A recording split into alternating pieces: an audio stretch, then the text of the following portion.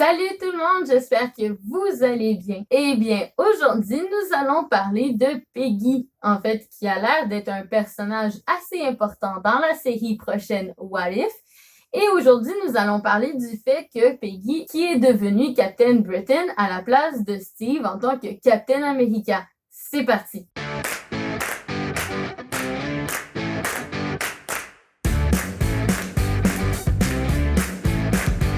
Comme dans les précédentes vidéos, je tiens à confirmer que l'actrice qui joue Peggy va effectuer sa propre voix dans la série What If.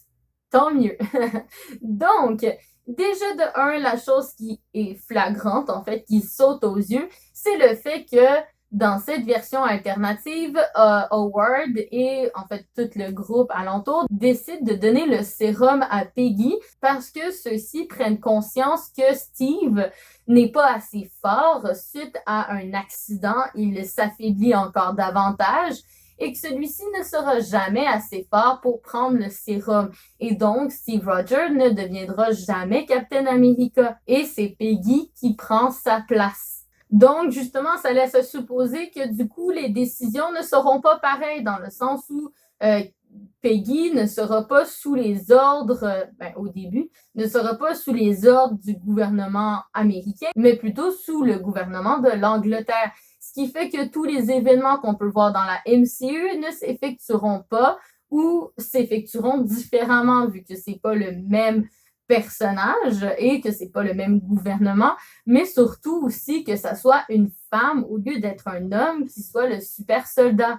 Ça paraît anodin dit comme ça, mais à l'époque où justement les événements de Captain America ou de Peggy s'effectuent dans le temps de la guerre, eh bien, c'est quand même assez extraordinaire de mettre une femme en possession de force comme ça, qu'elle devient le super soldat. C'est sûr que ça va justement pas choquer, mais que certaines personnes de l'époque va être surpris et va pas nécessairement la prendre au sérieux au tout début. On peut même le voir dans le trailer que certaines personnes sont sceptiques du fait que ça soit Peggy qui soit le super soldat. Mais qu'advient-il de Steve? Parce qu'on peut voir en fait dans les trailers que Peggy et Steve sont quand même amoureux dans le sens où celui-ci, il ne s'efface pas du tableau. Eh bien, c'est lui qui possède l'armure d'Iron Man. Howard, dans cette version alternative, va construire un prototype, une version ancienne du Iron Man qu'on connaît, qui ressemble fortement à l'armure que Tony avait créée dans Iron Man 1. Eh bien, contrairement à la MCU, ce n'est pas Tony qui va développer Iron Man, mais plutôt Howard. Et cette armure ne s'appellera pas non plus Iron Man. Justement, grâce à des leaks de Lego, on peut voir que cette armure que Howard a développée s'appelle Hydra Stomper. Ce n'est pas un Iron Man, ça a l'apparence d'un Iron Man, mais l'armure s'appelle Hydra Stomper. Et que potentiellement, ça relierait justement des événements qu'on peut voir avec Killmonger, Tony, etc.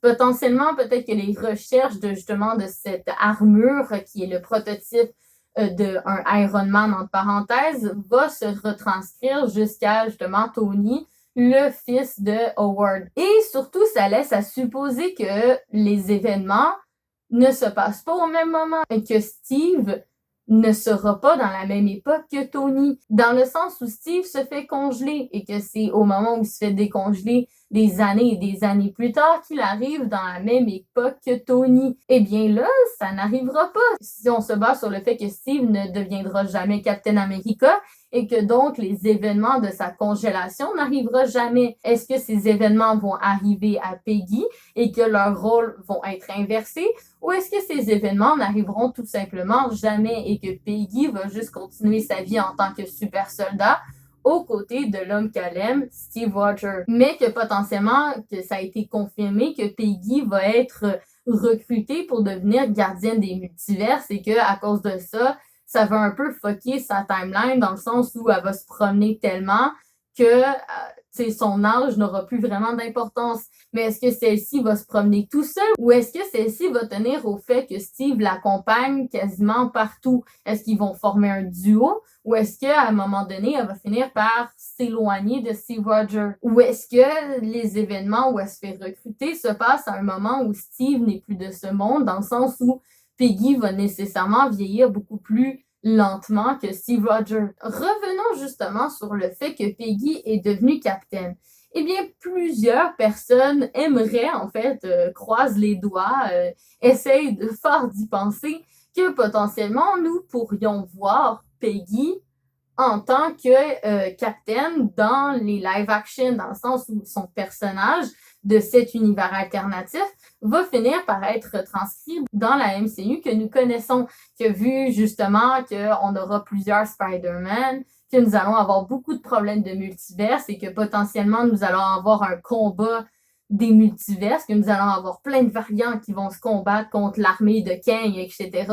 Eh bien, il y a plusieurs personnes qui pensent à croire que Peggy reviendrait dans la MCU en live action en tant que Captain Britain. Eh bien, c'est sûr que ça serait amusant dans le sens où nous aurions Peggy en tant que live action, l'actrice reviendrait pour jouer son rôle. Mais il y a aussi la question du fait de est-ce que le fait que Peggy soit devenue le super soldat à la place de Steve, est-ce que la guerre, en fait, est-ce que tout simplement la guerre n'aurait pas fini de la même façon, dans le sens où que justement les événements liés à la Seconde Guerre mondiale ne seraient pas finis de la même façon vu que c'est Peggy qui est le super soldat au lieu de Steve. Et justement, si on revient sur les événements de l'armure de Peggy, eh bien, pour alimenter l'armure de Steve Rogers, qui va devenir le Hydra Stomper, eh bien, potentiellement, ça voudrait dire que Howard garderait le Tesseract pour potentiellement alimenter son armure. Et donc, ça voudrait dire que le Tesseract n'arriverait potentiellement jamais entre les mains d'Asgard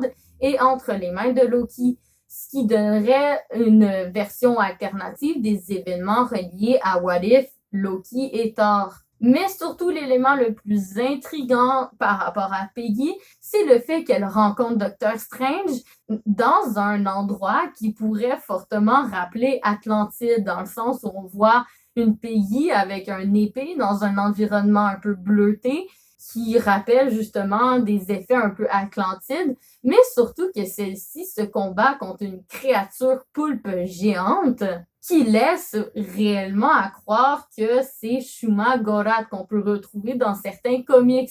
Cette créature ressemble énormément à la créature qu'on peut retrouver dans les comics et notamment ça pourrait relier aussi Doctor Strange de Multiverse of Madness parce que il y a eu des grosses rumeurs comme quoi on retrouverait Shuma dans Doctor Strange et de Multiverse of Madness. Et là, on peut voir dans What If la créature, je veux dire, à moins que ça soit justement une créature liée au monde d'Atlantide. Mais ça m'étonnerait fortement. Elle ressemble énormément à Shuma Gorath. Donc, je sais pas ce que vous en pensez par rapport à justement Shuma, Doctor Strange, Peggy et tout le reste qui vient avec. Dites-moi là en commentaire. Et surtout, s'il y a des éléments que je n'ai pas relevés ou que je n'ai pas parlé, potentiellement parce que je les connais pas ou que je les ai oubliés, eh bien surtout, rappelez-moi dans les commentaires, dites-moi-le pour qu'on puisse en discuter et que potentiellement les autres puissent aussi en profiter. Laissez un pouce en l'air et je vous retrouve pour une prochaine vidéo. Gros bisous du Québec!